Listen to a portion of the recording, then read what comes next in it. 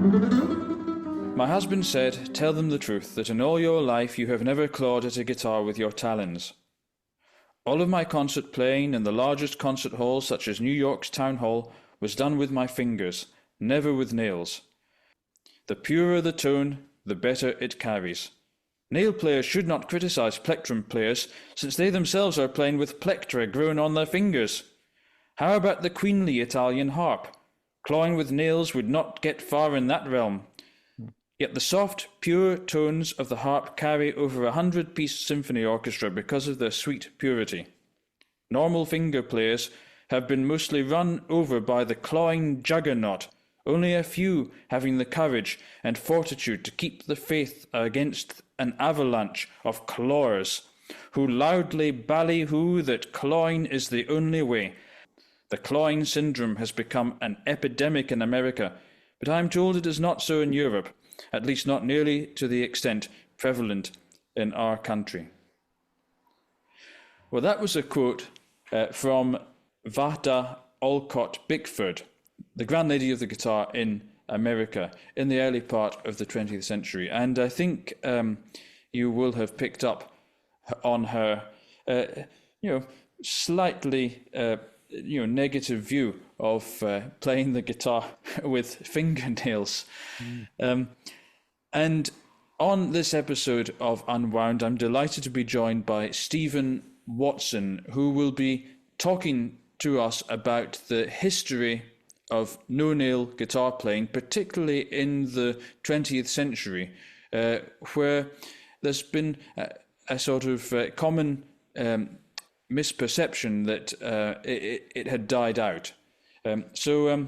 Stephen, thanks very much for coming on to talk about this.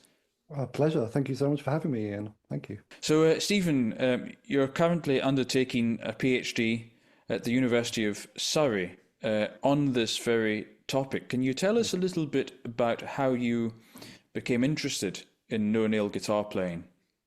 Yes, I think like a lot of people who are exploring this, it happened in lockdown. Lockdown being a time when you could do something silly and ambitious without concern for performances or grades or whatever else. Interestingly, there are other players I've met who had the same experience, most notably Carlos Trepat. I'm sure many people watching will know his wonderful recordings, especially the YouTube ones. And he played with nails most of his life, but he grew up in Emilio Pujol's hometown, which was a sort of stronghold of no-nail playing in the late 1970s. And so he grew up playing without nails until about 16, 17, and wanted to return to it, and sort of, finally seemed to find the time to do so in lockdown. And you can go see his recordings since then, which are very interesting. But yeah, no, I did it then. It was there in the back of my mind as a burgeoning curiosity. Like a lot of people doing it, many roads lead back to Rob McKillop. And, I was an avid watcher of his YouTube videos, that wonderful intimacy he has with those videos, the kind of honesty of the sort of one take, single camera, intimate sound, absolutely entrancing. So I finally did it in lockdown, and it was going very well. Within a month, I had the sense that, this is actually possible. There's always that feeling in the back of your mind of, I don't believe it's actually possible, to quote Victor Meldrew. You don't think. You can read as much as you like about all the examples of historic players doing it, but it almost seems like a story, like a fiction. Mm-hmm. And then doing it, I realized, oh my God, I can actually get power, I can get sound. This might actually work. And so I started, obviously I couldn't play anywhere, so I started making some videos. That was great. Got in touch with lots of people, discovered many things. And then gradually lockdown ended, and I thought, well, I've got to do some actual performing on it and see, well, does it actually work if I'm playing in a space? So I did some concerts, and that kind of reassured me that I can actually be heard. This great neurosis of the guitar player, can we actually be heard? Doubled by the fact I now have an entirely new technique. And so that was very good. I mean, I should say that my background is not in the guitar per se. which might be of interest to people. I studied history as an undergraduate, then I did musicology as a master's student and composition as well, which stands me in good stead for this research.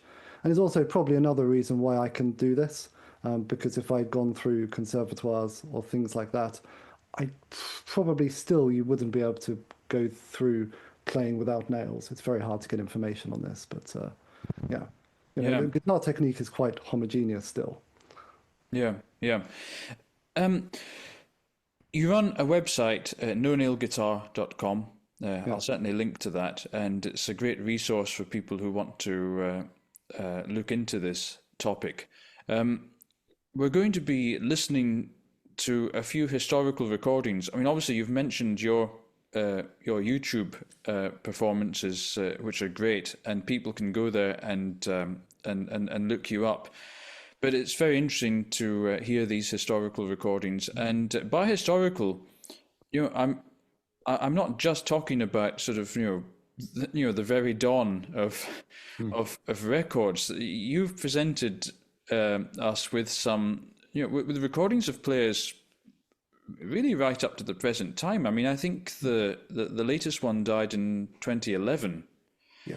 And, so this is all through what you might call the golden age of the classical guitar in the 20th century, when Segovia, then Bream, then Williams were at their height.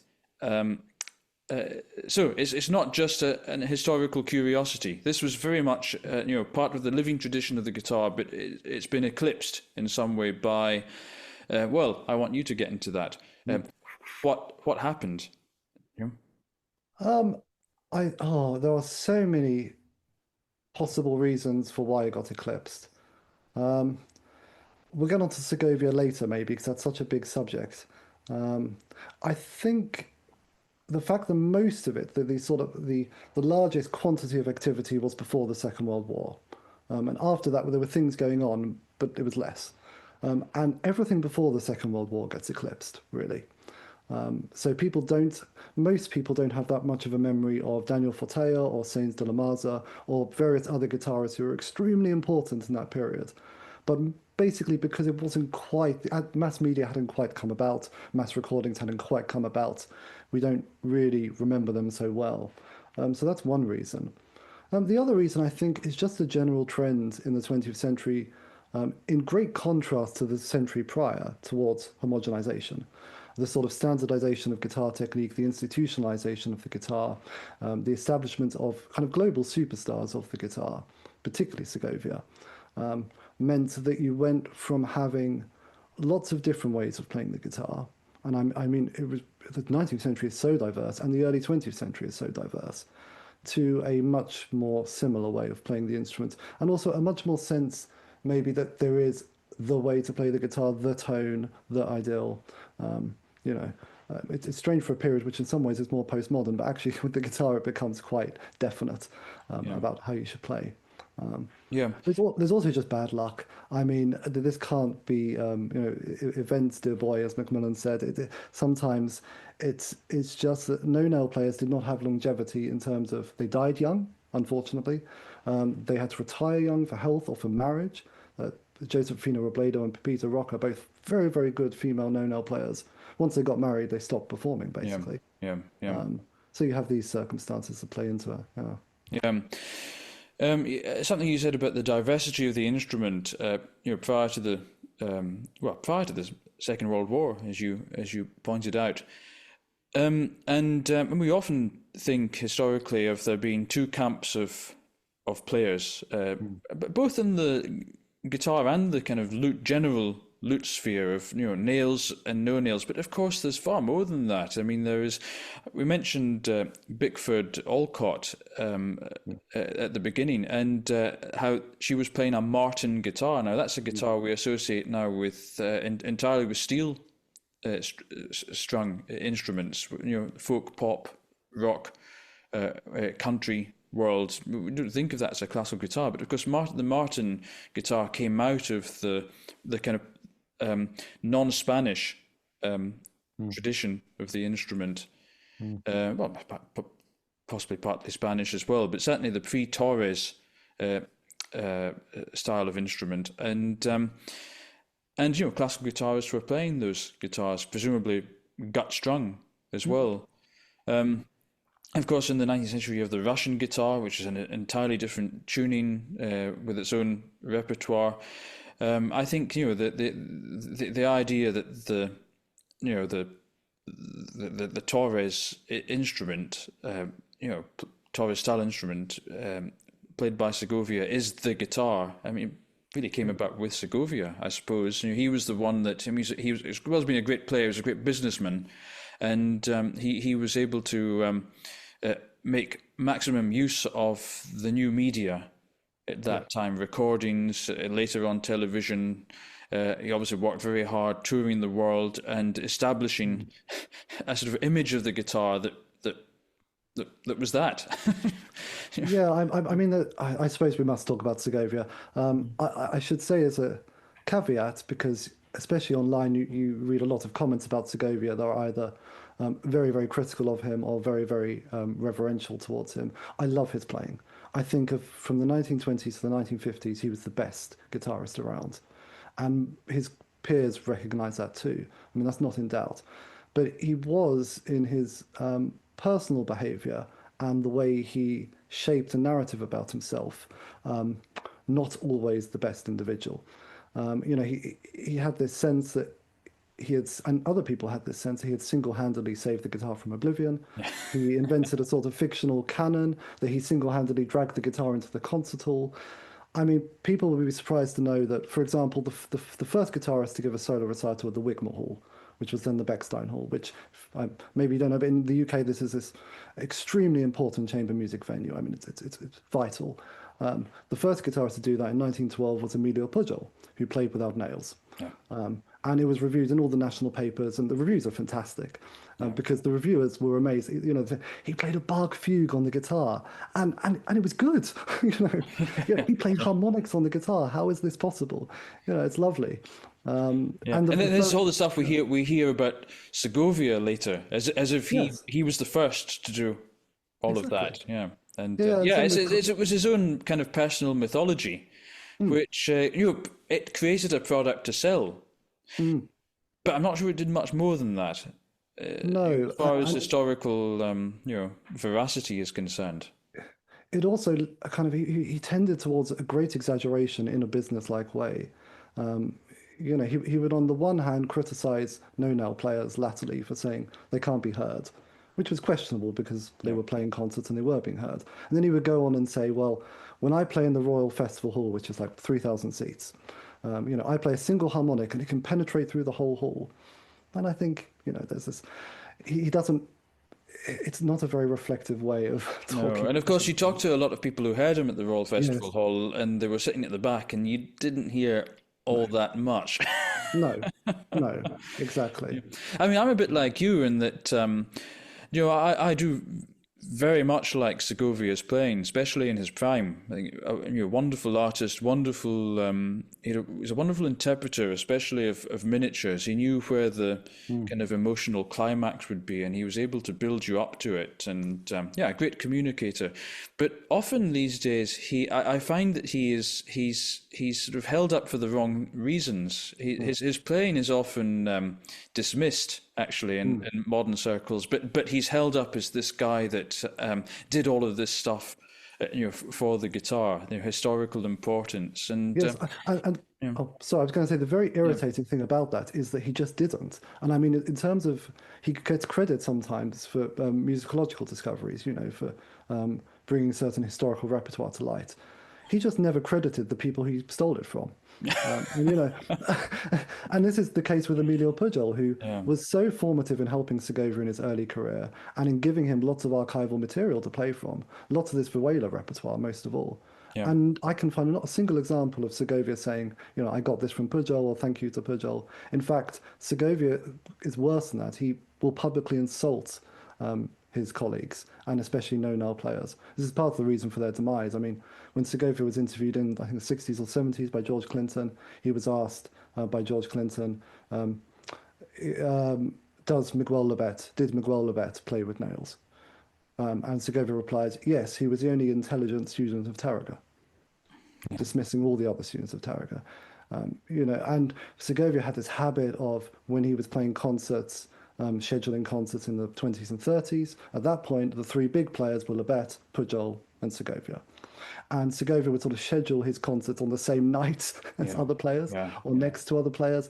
It's really kind of it's difficult for me. And there's the other very interesting example with him, which is his final marriage, which was to Emilio Pujol, who was a student of Pujol, a long-time student of Pujol. She played without nails originally, and then met Segovia. Sort of knew each other better in 1956 when she was 16, and he told her to give up the nonsense of playing without nails and come study with him in Siena. A kind of condition of their courtship, really. Whereas on the other hand, Emilio Pujol and his wife, he played without nails, she played with nails. There was much greater tolerance on the no-nail side in the 20th century. Yeah. The 19th century is different. The 19th century, all the flesh players are insulting nail players, and Yes. I think it's the majority can be a bit bullying in that way. Yeah. I mean, of course, there is a parallel fiction, if you like, that which is that the guitar was played with no nails until Segovia. Do you know? I mean, Yes. there's both in history. I mean, there even Vice, talking about the lute being played preferably with the flesh, but the theorbo and the arch lute, sounding good with nails. I mean, so there's both. I mean, I should say on that, there is both. I've done a very large study of every method I can find in the 19th century, so 300 or 400 methods, and a very significant majority of flesh. There's a minority that's nail, but the reason there's a kind of substantial minority is really all to do with Spain, because Spain is the one country in the 19th century where nails predominate. And they predominate from the 18th century onwards, and it never stops. Very interesting. Segovia is just continuing the Spanish tradition of playing with nails, which is why I always find Tárrega's conversion so interesting. So people will know Francisco Tárrega, of course, and then in 1902, when he was age 49, he cut off his nails. And not much research subject yet, so interesting. And Tárrega was breaking with a Spanish tradition. I mean, today we view no-nail playing as a kind of historical performance because it went dormant in the end of the 20th century. But for people at the time, if you can put yourselves in the shoes of someone in 1902 or 1910 or even 1930, it was not historical performance. No. Tárrega did it because he thought it was the way forward. New technique, new century, new ideals. And his students thought the same thing. It was a modern technique, didn't resemble previous techniques. And that's kind of what I'd like to resurrect partly with this research, to show that there is a particularly 20th century way of playing without nails. Fascinating. It's fascinating. It's great stuff. It really is. And you mentioned Rob McKillop. I mean, he was ahead of the curve, if you like.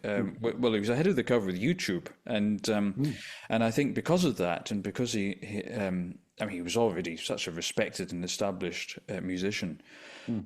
But in getting onto YouTube fairly early on and getting a big following, I think he really won people's hearts to the no-nail sound, to his sound, and it's great. Well, you've mentioned quite a number of players already that we're going to hear from. I think the first one, however, is the grand lady of the guitar, Vahdah Olcott-Bickford. Can you just tell us a little bit about her before we hear?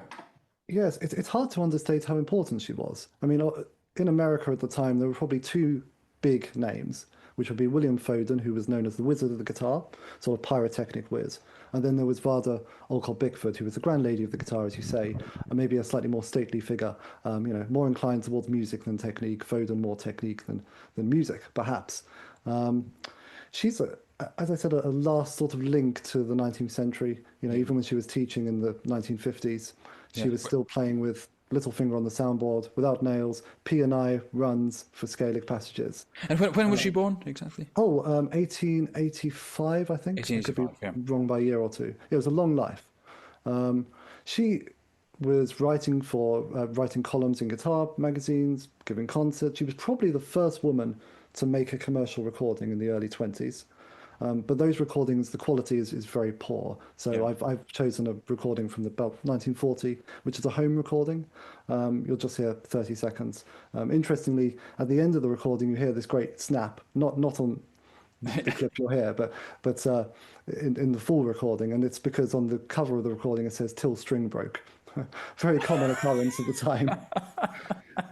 Especially after the First World War, I think strings deteriorated in quality. So yeah, she's playing a study by Cost, if I recall. Okay, wonderful. Well, let's hear it.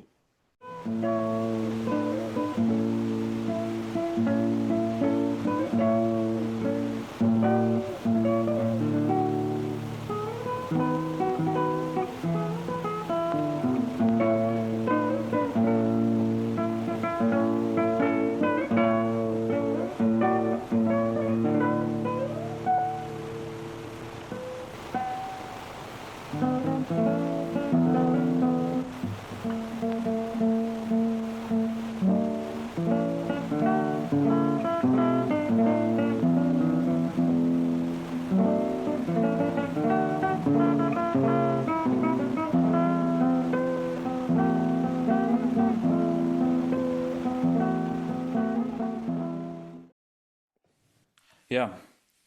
Well, of course, with such an old recording, and as you say, a home recording, so it sounds older than it is. For that reason, it's difficult to get an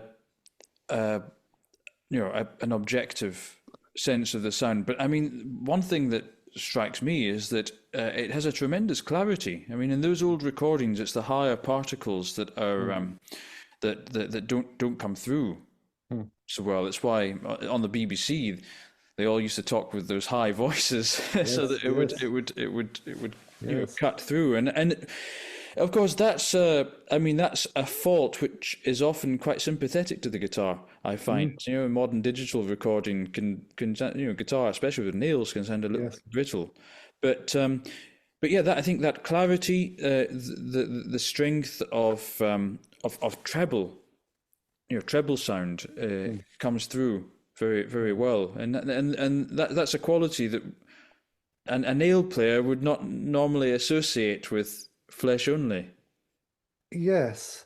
And I should say I've got loads of Bickford recordings. I'm at the California State University, Northridge, they have a Bickford archive, and there are dozens of recordings. And I should thank them and David Sigler particularly for giving me access.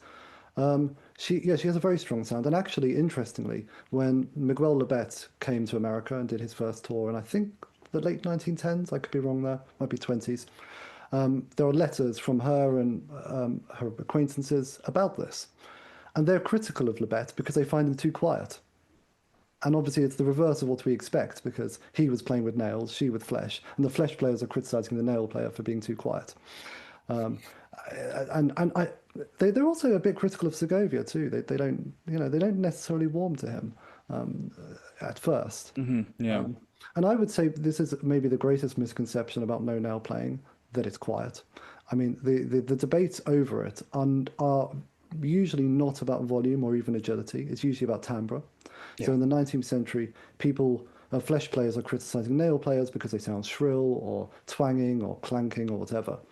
And in the 20th century, nail players are criticizing flesh players for a lack of timbral variety. That's the kind of chief criticism. It's rarely that they can't be heard because they are playing concerts, they are playing concerti, they are doing these things. But it's that their sound is maybe too monotonous, for example. Where did the idea that no nail playing is quieter come from? Segovia? I don't want to make this all about Segovia. Yeah, no, I think Segovia has the best quote. I mean, a player we'll hear later is Manuel Cubedo, Yes. who, as you say, the recording we'll hear is 1977, him playing the Tedesco Concerto. I think it's remarkable. It is, yeah, it is. And Segovia humiliated him in a 1956 masterclass and said to Cubedo, you can't be heard. It's no good. You can't be heard. And Segovia turned to John Williams, who was also there, and said, John, show him how it's done. And I think Cubedo was quite dejected by this. And there are other instances, you can quite easily read them, of Segovia being authoritarian or, I think, cruel in his masterclasses. He was very much, if you didn't follow his fingerings or his way of playing, Yes, yeah, yeah. you couldn't, you weren't very good. But that same year that Segovia criticized Cubedo, Cubedo was in the Geneva competition, which is a big international competition of all musical instruments. It was the first time the guitar had been introduced because of Segovia, and Cubedo was competing. It got down to the final two contestants, which was Cubedo, a flesh player, and Membradel, a nail player. And they were playing just horrendously difficult repertoire, especially for the time, including the Tedesco concerto. And Cubedo won. And there's lots of reviews of it from the time. And the reviews consistently say that Cubedo was the louder player than the nail player, that he dominated the orchestra more easily. I suppose the other thing to note about the way these no-nail players played, which is different to the way most no-nail players play today. Yeah. Most who play today are maybe coming from a lute tradition, or they're playing 19th century guitars, so it's all free stroke, except for the thumb, and sometimes interpreted. They interpret the historical sources as a lighter touch, although I think that's a mistake. I think 19th century players had a very strong touch. But the players in the 20th century were, or at least, how should I say, at least those who descend from the Tarraga school, they were using apoyando all the time. Yeah. And I don't just mean, I mean in tremolos, they're using apoyando. Yes. In arpeggios, they're using apoyando. And this applies to nail players too. But the flesh players, they sound loud, even on recordings. I think you'll hear, if you play Manuel Cubedo or Francisco Alfonso, you can hear this strong, strong attack. Yeah. Well, look, although it breaks the chronology, since you mentioned Cubedo, I think it would be nice to hear him next. So here is Manuel Cubedo playing an excerpt from the Concerto in D major by Castelnuovo Tedesco.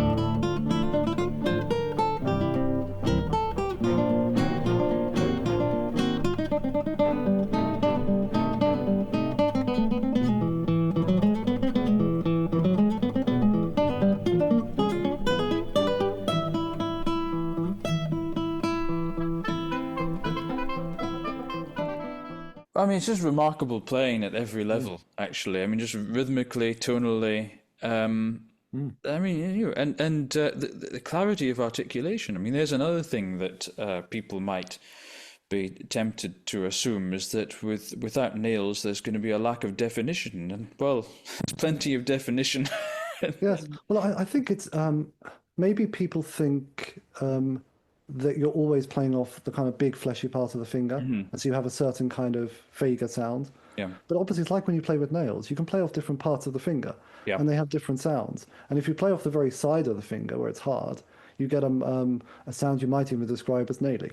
If you play deep in the fingertip, you get a very warm sound. And people's fingertips all vary. That's kind of what makes it interesting. Yeah. But yeah. Yeah, superb. Am I right in saying that Cubedo actually beat John Williams? No, this is I don't. Again, this history is full of strange rumors. No, Williams was supposed to compete, but never entered. Okay. Well, I can just edit that bit out. Yeah. No. It's. I mean, it's interesting because there's a lot of sort of swirling falsities, and often it's because players are wrongly assumed to have played with nails or without nails. So you sort of see certain, like Renato Tarago for a long time, in the Anglosphere in particular, was thought to play without nails. But if you asked anyone in Spain, they knew she played with nails. Oh, really? How do these things circulate? Yeah, that's funny, isn't it? Yeah. Or Julian Arcas, most people might know Julian Arcas, 19th century Spanish guitarist, very famous. You get contradictory sources from the time. Some say, well, one prominent source said he played with nails, one prominent source said he played without. Yeah. Is it possible that some of them did both at different times? I mean, there are some lutanists now who was it Paul Odette I read about recently who said that, if he's playing only Baroque guitar, he actually grows a little bit of nail, Yeah. possibly. So I mean, it's Yeah, well, I've actually written an article on this, which will be out in Soundboard, I think next month. But yes, there are kind of maybe there are three ways to alternate, and they were practiced consistently throughout history. One is simply you grow your nails or cut them off as and when you need, which maybe that's what you're describing with Paul Odette. yeah, And some modern players do this too. Especially if you have a certain kind of fingertip, where the nail is close to the fingertip and maybe it's a yeah, bit tapered. You can do that quite easily. yeah, Um, yeah. I can't because my nails are very far back, so it takes a long time to go either way. Yes, The, yes, I'm the same. Yeah, it's yeah, annoying. Yeah, and yeah, and it is very, yeah, yeah, and if you do play with nails, you have to have them a little bit longer than you would ideally like if they grew up like that, because it just takes a little bit longer for the string to reach exactly, the yeah, nail. yeah. Yeah, so And but I mean, the other way it was done would be, it's not always that people had nails on every single finger. So take the Spanish nail players, for example. At least in Seguado, they did not use their thumbnail. And actually, as far as I can tell, and I'm still trying to work this out, Segovia is really the person who popularized the thumbnail. I can't find an instance, an explicit instance before Segovia of the thumbnail being used by a Spanish nail player. So it's a bit speculative, but I'm pretty sure that Miguel Labet and Francisco Tarrago, when they played with nails, were not using thumbnail, really, for yeah, yeah, example. yeah. Because Um, Aguado cut his off yes, because after hearing Fernando Sor, he yeah. preferred the sound of Saw for as far as the Yeah. thumb was concerned, at least. Yeah, yeah. Um, And then the last way is, of course, you can change your hand position to use nails. yeah, So especially if a certain nail shape, you can sort of maybe go this way to play with flesh or extend your fingers out to play with flesh. And very interestingly, this was done through, there were several sources in the 19th century and in the early 20th century to say this was done. Even Fernando Sor, of course, says in his method, if you curl your fingers inwards, you can use a bit of nail as a special effect. yeah, But there's another French method, 1909, that says, and this was a very popular method, that says when playing detached notes at a certain speed, you can use your nails. It's advantageous to use your nails. And that's a skill I think we've lost, that yeah, ability to alternate. yeah. I've done it and it's possible, and I know current players who do it. Yeah, yeah, and I believe Barrios actually used that approach of a Yeah. short nail, but shaped in a way which allowed him to go between flesh only and flesh and nail. Yes, it seems to. It's always hard to interpret the sources sometimes Yeah. exactly what they mean by it, but yeah, it seems to.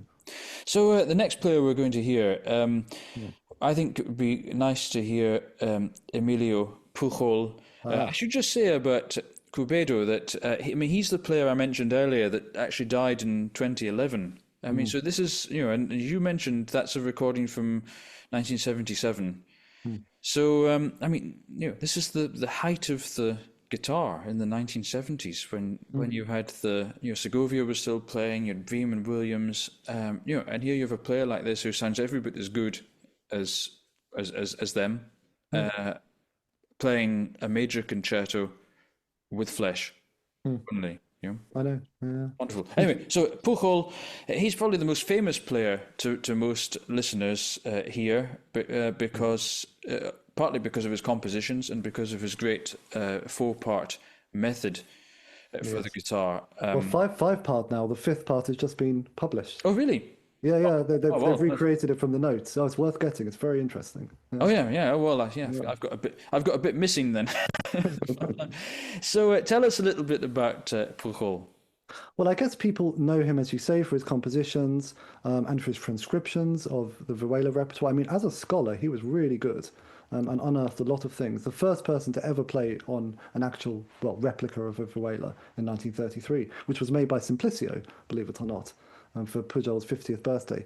I think the thing people maybe forget about Pujol, because he stopped playing after the Second World War, basically, um, is that he was a very active performer, and Yes. actually one of the three most important performers, as I said earlier. And he was also very involved in new music, which is just forgotten. He had a very close relationship with Rodrigo, for example. They used to do lectures together with Pujol demonstrating Vihuela repertoire and Rodrigo talking about it. And Pujol, I think, was an influence on some of Rodrigo's compositions.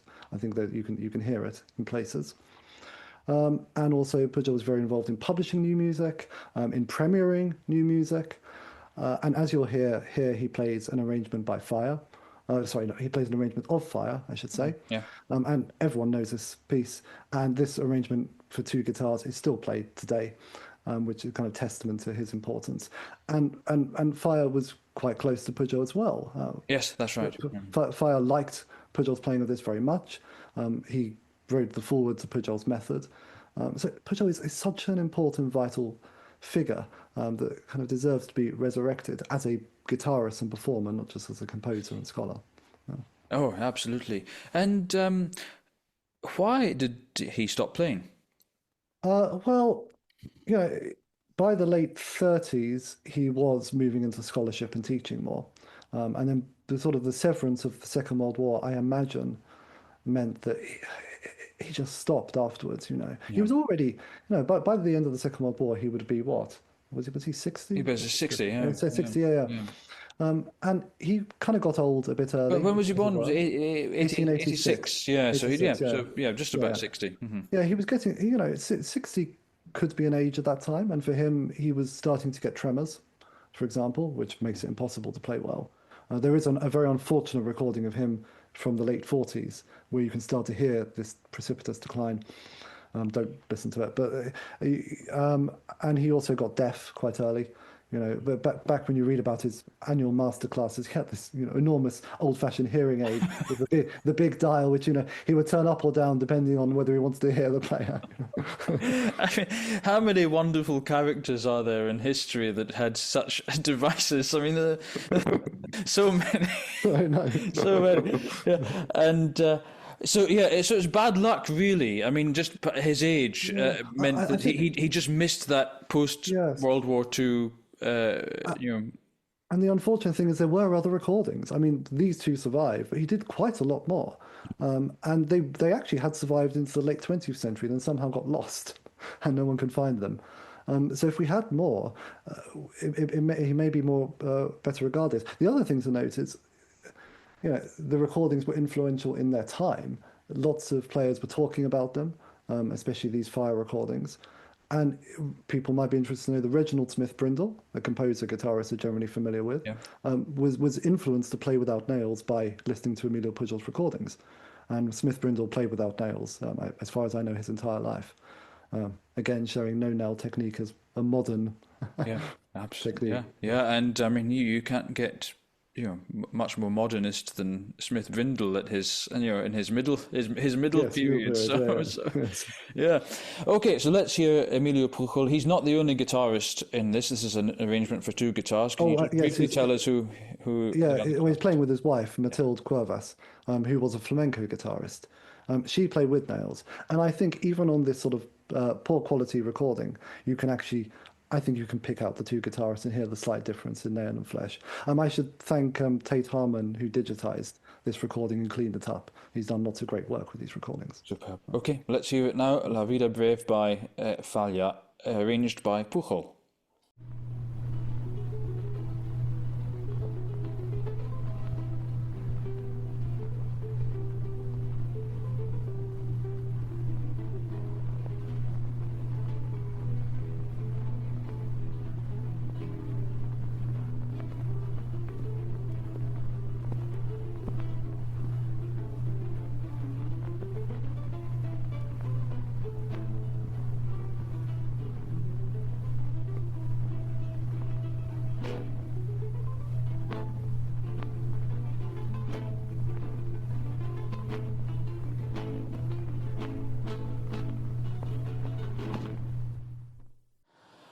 Oh well, it's just tremendous playing, isn't it? It's an absolute. I think it's a masterpiece in interpretation. Yeah. It's just full of the most wonderful details that even in that recording come out so clearly.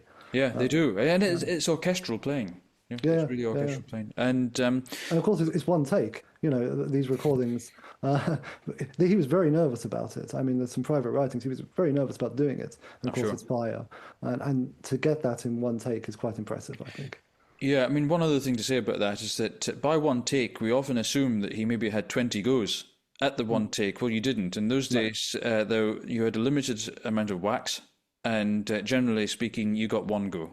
at it, and Yeah. that was it. So it's not just one take; it was first take. And of the who. So which player is on which part there? Who's on the melody and who's on the? Would you say? I can't remember now. Yeah. I'd have to hear it again. Yeah. So I'm afraid. Yeah. When I hear it, I can point out. Yeah.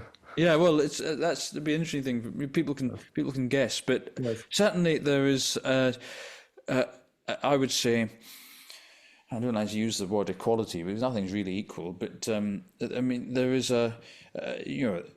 there is an equal sort of quality, sound quality, different, but one doesn't sound worse than the other.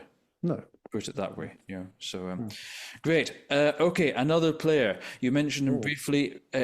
Francisco Alfonso. Tell us a little bit about him. Died tragically young. Yes, he on a tour in Mexico, I think he died of malaria in 1940 when he was, I can't remember the age, 32, I I think. think he was 32. Yeah. Yeah. He was really promising. He was a student of Pujol again. So a lot of no-nail players from this period were students of Emilio Pujol because guitarists weren't necessarily that active as teachers, concert guitarists at this time, but Emilio Pujol was. Yeah. And so he had quite a lot of students of note. Alfonso was touring all over the world. He, again, like a lot of guitarists, playing at the Wigmore Hall and various big venues. He made these, I think, 3 recordings in 1932, all very good. He was known as a more introverted player. So, sometimes people associate no-nail playing with certain personality qualities. And Emilio Pujol is guilty of this. Emilio Pujol had this whole framework of dual aspects of the guitar, saying that nail playing tends towards extroversion and heterogeneity, and flesh playing tends towards introversion and homogeneity, and they're dogmas and they're diametrically opposed positions. He believed that. And I love Emilio Pujol, but I just think that's mad.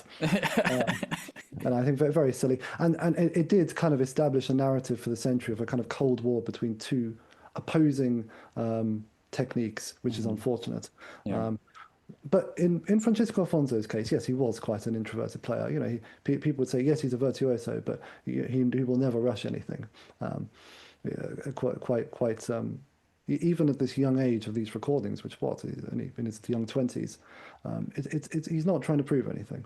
And I'm quite charmed by the way he plays Bach here, because it's so different to the way anyone would play Bach now.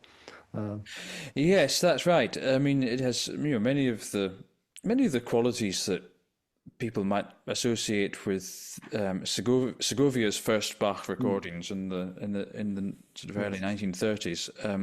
Lots of glissandi and things like that. It's incredibly expressive playing, though, and an absolutely gorgeous tone. So let's hear Francisco Alfonso playing Bach.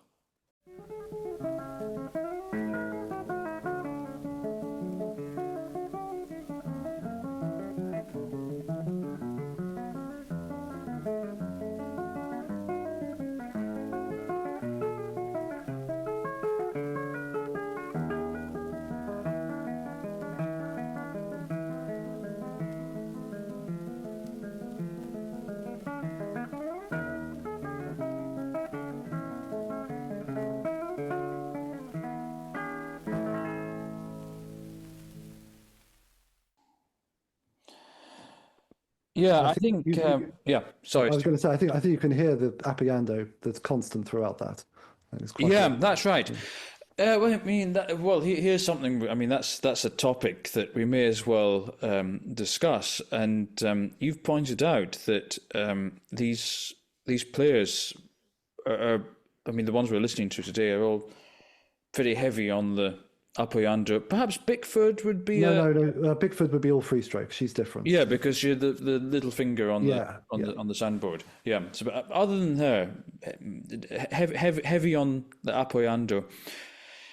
I mean, apoyando is a technique that fell out of fashion for some years, and there was the sense that once the free stroke had got to a certain level, in terms of tonal quality, that you could dispense altogether with apoyando. I've always been entirely opposed to that. I think that even with a good strong free stroke, apoyando simply has a different quality. So actually, only yesterday I was reading an interview in an old classical guitar magazine of Herb Lagoya, the duet partner of Vida Presti in the 1980s. Yeah, He was complaining about the lack of apoyando playing now come the 1980s, and because he still played pretty much everything apoyando. Yeah. With a very unique technique, it must be Yes. said, of playing off the Yes. right side of the Yes. finger like that. And actually, it should be said, of course, Ida Presti was initially a student of Emilio Pujol, and she actually played without nails until she was 9.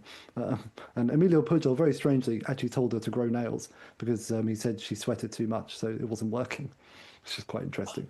But That shows yeah, you that he wasn't quite as dogmatic as some of his quotes would suggest. Then, no, he wasn't. He used dogma in the sense that you might, as he as a Spanish Catholic might use the word dogma, not disapprovingly.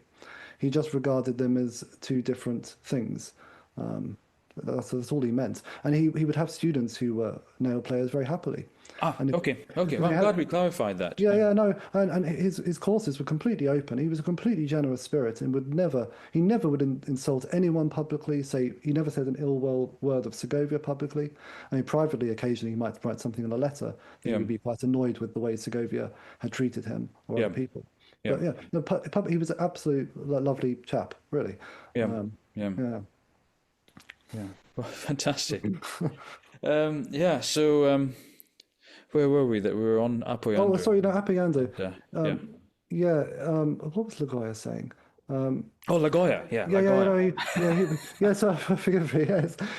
Yes, Lagoya was saying that students with the players who play the free stroke, although he found they can play faster as a result, that they still don't have the power and they don't have the articulation. Also, he brought up, which was why your comment interested me.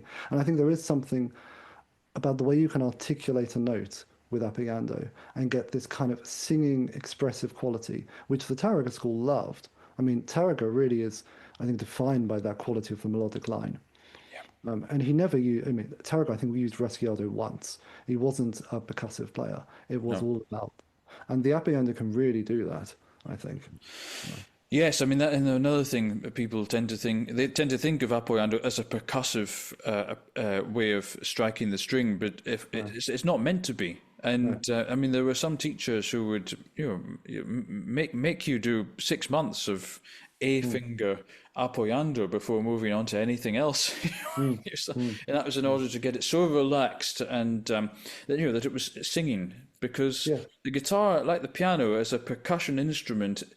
I always think that the greatest performers on those two instruments are the ones that make it least like a percussion instrument. Do you know they turn a percussion instrument into something that sings. Yes, and it's unfortunate that we now seem to regard apoyando as an accent. We use it to highlight a certain note.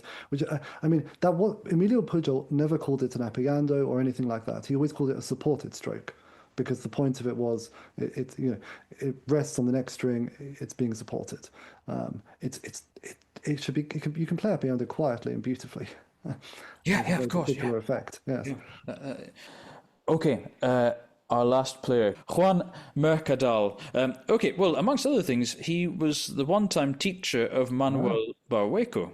Yep. He has very good things to say about him. Yeah, very good things to say about him. But you tell us about him. Cuban guitarist originally.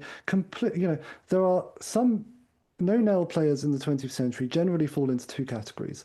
Either they are in continuation with a sort of 19th century tradition, and you get this well into the 1950s. Even Julian Bream originally played without nails, following Boris Perrott, and Julian Bream until 1947, when he was 14, he played without nails. So you get a large continuation of 19th century tradition.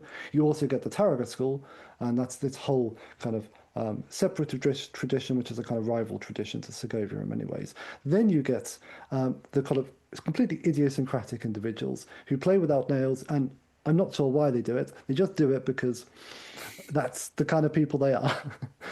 Fernando Saw was a bit like that, actually. He did it just for rational, individualistic reasons. Juan Mercadal is a complete eccentric. He is this kind of larger than life, very kind of masculine Cuban figure who has a very loud sound. And everyone who heard him would comment just how loud he was. Yeah. Very high action, very high tension, long string length, big guitars, big apoyando, enormous vibrato. You get the idea. It's really fun to listen to him play. He could play softly, and you'll hear quite a tender playing here. But even then, it's full of this kind of strength and wildness, I think. It's really wonderful. He was an important player, and he was active up until, I think, 1998 when he died. Yeah.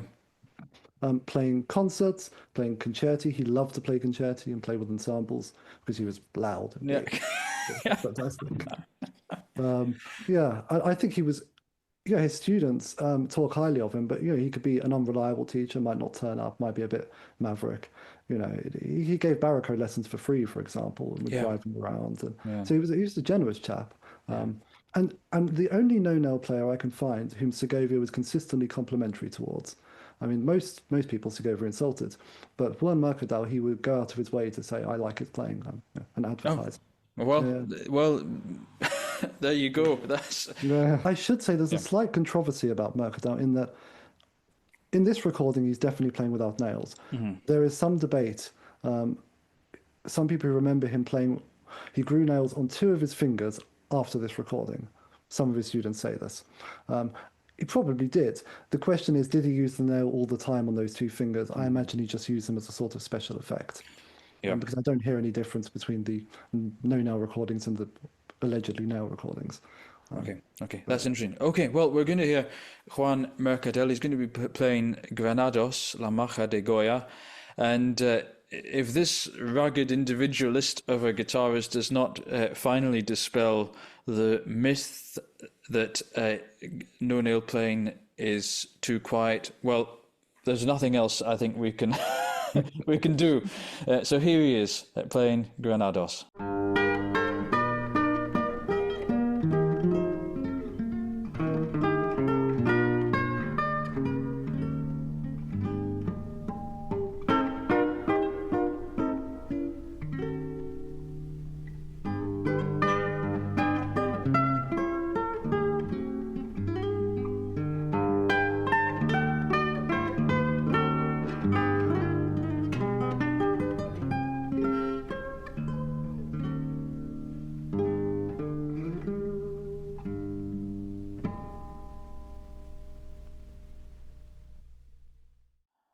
I mean, Stephen, of all of the recordings we've heard, in some ways, that's the one that would, make me convert more than any of the others. Because we've been speaking about his power as a player. I mean, the volume he could produce, but yet what we hear there is an amazing sensitivity and a kind of subtlety and beauty of tone that I think is impossible with nails.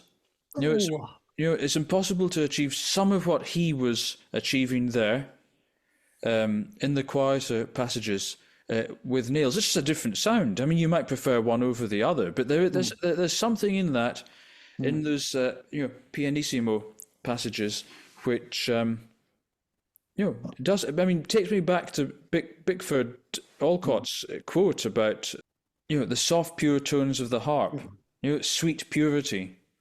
There's definitely something of that in that recording. Yeah, I mean, let's reverse the roles. I should clarify that I'm not an advocate for no nail playing. Okay, I play without nails, but I love nail playing, and I would never encourage anyone to convert for the sake of it or anything like that. Yeah. I think maybe you might be identifying Mercadal what's particular to him rather than particular to no nail playing. I've never heard a no nail player quite like him, and I suppose this brings up the point that there are just so many different ways to play without nails. It's impossible to generalize. And you could sound like Mercadal, you could sound like Cubedo, you could sound like Bickford, and they're all very, very, very different players. And part of that will be your own interpretive style, and part of it will be your own physiology. My fingertips don't sound like other players' fingertips. They have a different quality, and of course, you can't really adjust them. You have to work with them. Yeah, I think. Well, I think it's a good point to end on, which is that one of the most beautiful aspects of the classical guitar, the fingerstyle guitar, is that because the sound is produced by you, there is no mechanism between your finger and the string, regardless of whether you play with flesh only or flesh and nail. I mean, almost every other instrument has. I mean, the harp, of course, is another exception. But I mean, if you take even the violin, you've got a bow in between, and the quality of that bow is going to make a big difference. And it's why the guitar lends itself to individuality. Yes. The individuality of each performer, because it's not just artistic choices that will determine the result. It's also, as you say, your physiology, shape of your fingertip. I wonder, do you think that's declined? Do you think we're less individual and personal in the way we play now? We need another hour to discuss that. Yeah, well, let's not get into that. But but I've probably just put my cards on the table by yes, in that answer. But perhaps we should come back and discuss that another day. Okay. Stephen, that's been a fantastic discussion, and I mentioned before that people can find out more about your research at nonailguitar.com. That will be linked in the description below the video, and I will also leave a link to your YouTube channel. And people should definitely check out, because you're a great player as well. I mean, you're here talking almost as a musicologist, but you're a fantastic player, and be great for people to enjoy listening to, regardless of what they think of the whole nail no nail thing. And I think it's been long overdue, this rediscovery of the variety of ways that you can play the instrument. It's not just what Segovia has told us. It's not just that tradition. As wonderful as it is, not criticizing it, but so. Yeah, I think you're right. I think the exciting thing at this moment with the guitar is it does seem to be introducing a greater plurality of techniques, in stark contrast to 70 years earlier, say. Yeah. So yeah, and there does seem to be a little mini revival of no nail playing. That's great. But as I say, I love nail playing, and I love your playing, of course, Ian. And everyone should go listen to your recordings. Too kind. Okay, that's great. Thanks very much, Stephen. And look forward to having another discussion in the future. And thanks everybody for tuning into this episode of Unwound. All the best.